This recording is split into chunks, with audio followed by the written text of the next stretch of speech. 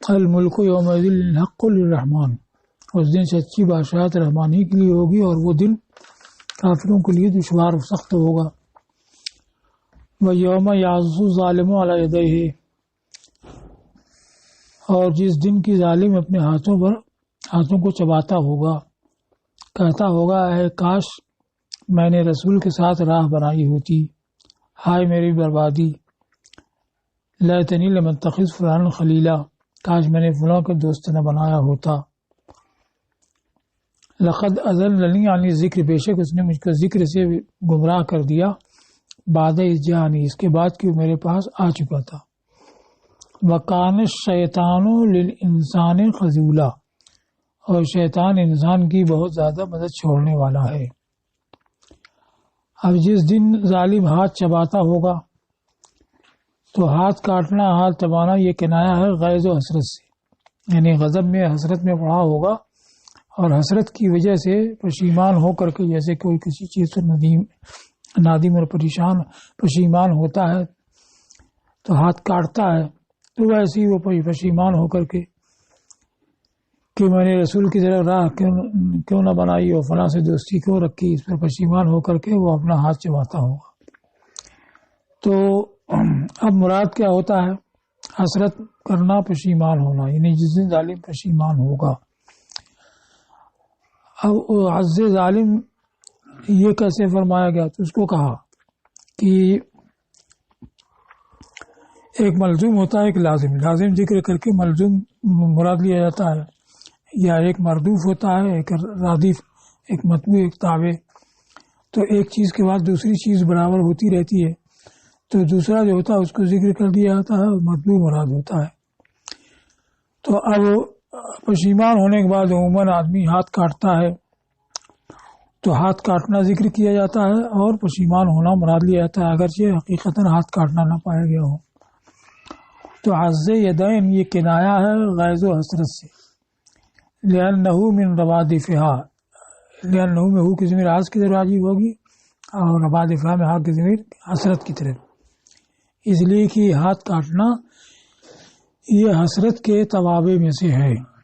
تو تابع کو ذکر کیا جاتا ہے اور اس کے ذریعے مردوح پر دلالت کی جاتی ہے، تو کلام اس کی وجہ سے فصاحت کے درجے میں بلند ہو جاتا ہے، یہ کنایا ہو جاتا ہے، ملزوم لازم ذکر کر کے ملزوم مراد لینا، اور کنایا صریح سے زیادہ بلی ہوتا ہے، تو اس کی وجہ سے کلام فصاحت کے درجے میں بلند ہو جاتا ہے، اور سامع اس کے وقت اپنے دل میں وہ دلکشی پاتا ہے جو مکنین ہو، یعنی صریح کے ذکر کے وقت نہیں پاتا۔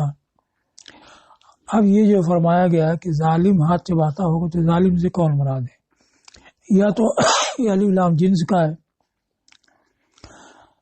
تو ہر ایک کا حال یہی ہوگا، یا یہ کہ خاص مراد الف لام عہد کا ہے، تو الظالم میں لام عہد کا ہے، اور اس سے مراد ہے عقبہ بن ابی معیط، اس کی وجہ، اس روایت کی وجہ سے جو ہم آگے بیان کریں گے۔ یہ الف لام جنس کا ہے، تو یہ شامل ہوگا عقبہ اور اس کے علاوہ سبھی کفار کو۔ یقولو یا لیتنی، وہ کہتا ہوگا اے کاش میں نے دنیا میں رسول یعنی محمد صلی اللہ علیہ وسلم کے ساتھ راہ بنائی ہوتی۔ راہ بنانے کا مطلب نجات اور جنت کی راہ بنائی ہوتی ہے، اور اس کی راہ وہی ایمان ہے۔ یا ویلتا، اور شاد میں یا ویلتی پڑھا گیا یا کے ساتھ، اور یہی اصل ہے۔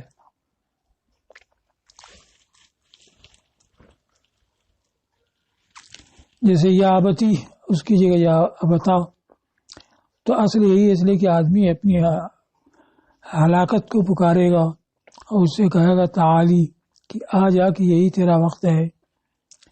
تو اب ویلتی اصل میں تھا، اس کو یا سے بدل دیا گیا، علی سے بدل دیا گیا، اور یا کو علی سے بدل دیا گیا، جیسے سہارا اور مدارہ میں فعالل کے وزن پر سہاری ہوگا، صحراؤں کی جمع، لیکن پھر اس کو علی سے بدل دیا تو سہارا ہو جاتا ہے۔ ایسی مدریہ اور مدرا اور مدرات، اس کی جمع ہوگی مفاعل کے وزن پر مداری، مگر یہ کلی سے بدل کر کے مدارہ کر دیتے ہیں، تو جیسے وہاں یہ کلی سے بدل دیا گیا، ویسے یہاں ویلتی کو یا ویلتا کر دیا گیا ہے۔ لیتنی لم اتخذ فلانا خلیلا، ابھی کاش میں نے فلاں کو دوست نہ بنایا ہوتا، تو اب وہاں ظالم سے میل لامعد کا ہے اور مراد ہے اس سے عقبہ، تو فلاں سے مراد ہوگا ابئی. اور اگر عام مراد ہو تو فلاں سے مراد کوئی بھی جو گمراہ گر ہو جس نے اس کو راہ سے بہکایا ہو. تو فلاں کنایا ہوتا ہے اعلام سے. تو اگر ظالم سے مراد عقبہ ہے اس وجہ سے کہ روایت یہ ہے کہ اس نے ضیافت تیار کی، پھر اس کی یعنی رسول اللہ صلی اللہ علیہ وسلم کو دعوت دی، تو سرکار نے انکار فرمایا، مگر یہ کہ اس کا کھانے سے انکار فرمایا، یہاں تک کہ شہادتین کا اقرار کرے. تو اس نے اقرار کر لیا. تب اس کا دوست تھا ابی بن خلف. اس نے کہا کہ وجہی من وجہ کا حرام، میرا چہرہ تیرے چہرے سے حرام ہے، یعنی میرا تیرا ملنا جلنا دیکھنا یہ حرام. اللہ انتر یہ آیا، مگر یہ کہ تو پلٹے، یعنی اسلام سے پلٹ آئے. فرتدت، یہ مرتد ہو گیا. تو اب ابی یہ اس کا دوست تھا، اس کی وجہ سے یہ اسلام سے پھر گیا. تو اس وقت افسوس کرتا ہوگا کہ کاش میں نے فلاں کو دوست نہ بنایا ہوتا. تو مطلب یہ ہے کہ کاش میں نے ابئی کو دوست نہ بنایا ہوتا، تو اس کے نام سے فلاں کے لفظ سے کنایہ کر دیا. اور اگر جنس مراد ہو تو ہر ایک کا کوئی نہ کوئی گمراہ اگر ہوگا اس کا نام لے کر کے وہ کہے گا کاش میں نے فلاں کو دوست نہ بنایا ہوتا. اور اگر اس سے جنس مراد ہوا ظالم سے تو کلو من اتخذ من المضلین خلیلا، تو ہر ایک وہ جس نے کہ گمراہ برکروں میں سے کسی کو دوست بنایا ہو تو اس کے دوست کا کوئی نہ کوئی عالمی نام ہوگا یقیناً. تو اس عالمی نام سے فلان کو کنایہ کر دیا اور کہا گیا کہ فلاں یہ کنایہ ہے شیطان سے، کہ اصل بہکانے والا تو وہی ہے. بے شک اس نے مجھ کو ذکر سے بہکایا، یعنی اللہ کے ذکر سے یا قرآن سے یا ایمان سے. بعض اس جانی، اس کے بعد کہ وہ میرے پاس اللہ کی طرف سے آ چکا تھا. اور شیطان انسان کو بہت بے سہارا کرنے والا ہے. اب شیطان سے کون مراد ہے؟ یا تو مراد اس کا دوست، کیونکہ اس نے گمراہ گری کا کام کیا تو شیطان کا کام یہی ہوتا ہے، اس وجہ سے اس کو شیطان کہا. اے خلیل ہو سما ہو شیطان، اس کو شیطان کا نام دیا اس وجہ سے کہ اس نے اس کو گمراہ کیا، جیسے کہ شیطان گمراہ کرتا ہے. یا شیطان سے حقیقتاً ابلیس ہی مراد ہو کہ یہ ابلیس جو ہے یہ بہت زیادہ مدد چھوڑنے والا ہے. لأنه الذي عمله على مخالة، خلت سے ہے مخاللہ، اصل اس کی مخاللہ مفاعلت سے ایک دوسرے کو دوست بنانا، اس لیے کہ اسی نے اس کو گمراہ گر کی دوستی پر اور رسول کی مخالفت پر آمادہ کیا، برانگیختہ کیا. للانسان، شیطان انسان کا نہیں، اس انسان کا جو اس کی تابع داری کرے. خذول خاذل کا مبالغہ ہے، خاذل کو مدد چھوڑنے والا، خذول بہت مدد چھوڑنے والا ہے. تو یہ مبالغے کا صیغہ ہے خذلان سے، یعنی شیطان کی عادت ہی ہے اس کو چھوڑ دینا جس سے جو اس سے دوستی کرے. تو اب یہ جو کون کہے گا کان شیطان انسان خذولا، تو یا تو یہ اللہ تعالیٰ کی طرف سے فرمایا گیا ہے کہ انسان بہت بے سہارا کرنے والا، شیطان بہت بے سہارا کرنے والا ہے، یا یہ ہے کہ وہ ظالم جو گمراہ ہوا اور گمراہ اگر سے دوستی کا نقصان دیکھے گا تو اس وقت یہ کہے گا کہ وہ کان شیطان انسان خذولا. تو یا تو یہ ظالم کے کلام کی حکایت ہے یا اللہ کا کلام ہے. اب آگے وقال رسول یا رب ان قومی اتخذوا هذا القرآن مہجورا، اور رسول نے کہا کہ اے میرے رب بے شک میری قوم نے اس قرآن کو متروک بنا لیا.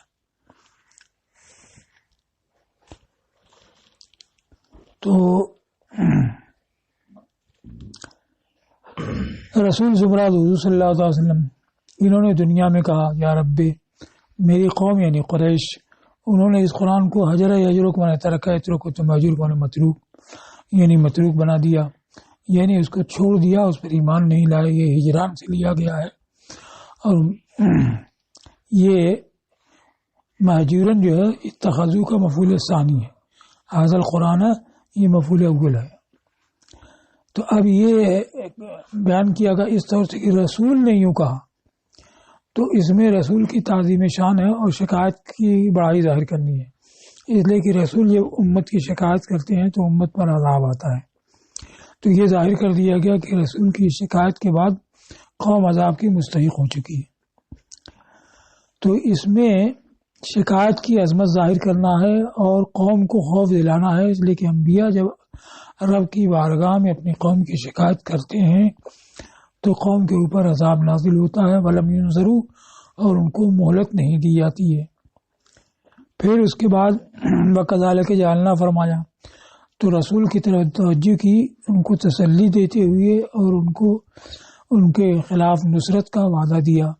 تو ارشاد فرمایا کہ اسی طرح ہم نے ہر نبی کے لیے مجرموں میں سے کوئی دشمن بنا دیا، اور تمہارا رب کافی ہے ہدایت دینے والا، مدد کرنے والا. یعنی تو رسول کی تسلی یہ ہوئی کہ پہلے بھی انبیاء آئے تو ان کے بھی دشمن تھے، ویسے ہی تمہارے بھی دشمن ہیں. اور پھر ان کو زیر کرنے کا طریقہ کیا ہوگا؟ اور اللہ کی طرف سے نصرت ہوگی رسول کے لیے. یہ پہلے ہوتا آیا ہے تو اب بھی تمہارے ساتھ بھی ہوگا. یعنی کذالک کان کل نبی، اسی طریقے سے ہر نبی اپنی قوم کی عداوت میں مبتلا تھے. وکفاک بھی ہادین الی طریق قہرہم والانتصار منہم، اور تمہارے لیے کافی ہے میری ذات ان کے زیر کرنے کی راہ اور ان سے مدد لینے کی راہ کی طرف ہدایت کرنے والی. وَنَاصِرًا لَكَ عَلَيْهِمْ، اور ان کے خلاف تمہیں مدد دینے والی. لفظ عدو ہو سکتا ہے کہ واحد ہو اور ہو سکتا ہے کہ جمع ہو. ہر نبی کے لیے ایک دشمن تھا یا کچھ دشمن تھے. اور کفا بربک میں جیسے بعض آیات جیسے کفا باللہ شہیدہ، بعض آیات یعنی کفا ربک ہادین، تمہارا رب کافی ہے ہدایت کرنے والا. اور یہ ہادین جو ہے تمیز ہے. اب آگے فرمایا کہ وقال الذین کفروا لولا نزل علیہ القرآن جملۃ واحدہ، اور کفر کرنے والوں نے یعنی قریش نے یا یہود نے کہا کہ کیوں نہ ان کے اوپر قرآن کل کا کل اخبار بھی اتارا گیا. یعنی یہ ٹکڑے ٹکڑے کر کے ایک آیت دو آیت ایک سورہ دوسرا یہ کیوں نازل ہوتا ہے؟ سب کی سب اخبار کی کیوں نہ اتار دیا گیا جیسے اگلی کتابیں اتاری گئی؟ تو اس کا جواب دیا گیا.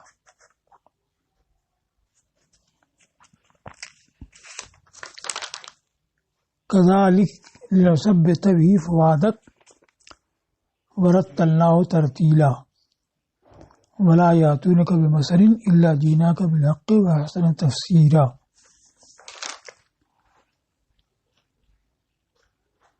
لولا نزل علیہ القرآن جملتاً کو بتایا کہ یہ قرآن سے حال ہے، یعنی مجتمعاً یکجا ہونے کی حالت میں کیوں نہیں اتارا گیا. واحدتاً یعنی حلہ انزل علیہ دفعتاً واحدہ، کیوں نہ ان کے اوپر ایک بارگی ایک وقت میں اتارا گیا جیسے کہ تینوں کتابیں اتاری گئیں. وما لہ انزل علی التفاریق، اور اس کا کیا معاملہ ہے کہ وہ تفریقات پر ٹکڑے ٹکڑے پر کر کے اتارا گیا. اب اس کے بارے میں مصنف نے کہا ہے کہ وہ فضل من القول مبارک، یہ بیکار کی بات ہے اور ایسی چیز کے ساتھ جھگڑنا ہے جس کے تحت کوئی فائدہ نہیں. اس لیے کہ اعجاز اور حجت پیش کرنے کا معاملہ یہ ایک بارگی اترنے یا جدا جدا اترنے سے مختلف نہیں ہوتا ہے کہ قرآن کلام الہی ہے اور اسی طرح سے جیسے ٹکڑے ٹکڑے کر کے اتارا گیا اسی طرح سے ان کو چیلنج کیا گیا کہ اگر تم انسانی کلام سمجھتے ہو تو اس کی نظیر اس کی مثال لاؤ، اور پھر بھی عاجز رہے تو کلام الہی ہونا ثابت ہو گیا. اب یہ اللہ کا اختیار ہے کہ وہ ایک بارگی اتارے یا ٹکڑے ٹکڑے کر کے اتارے. اچھا، انزلہ اور نزلہ میں فرق یہ آتا ہے کہ نزلہ کہتے ہیں تھوڑا تھوڑا اتارنے کو اور انزلہ کہتے ہیں ایک بارگی اتارنے کو. تو یہاں نزلہ کا معنی تھوڑا تھوڑا اتارنا نہیں ہوگا، کیوں؟ بلکہ مطلق اتارنا ہوگا. اور نزلہ کی جگہ انزلہ کی جگہ بولا جاتا ہے. تو مراد اللہ انزل علیہ القرآن جملۃ واحدہ، کیوں نہ قرآن ان کے اوپر سب کی سبھی ایک بارگی اتارا گیا. اگر سب کی سبھی ایک بارگی تھوڑا تھوڑا کیوں نہیں اتارا گیا تو دونوں میں تعارض ہو جائے گا کہ ادھر ایک بارگی اور ادھر تھوڑا تھوڑا. تو اس کو کہا ہے کہ نزلہ یہاں پر انزلہ کے معنی میں ہے، ورنہ متدافع اول آخر میں تعارض ہوگا، باہم تعارض والا ہوگا جملتاً واحدتاً کی دلیل سے.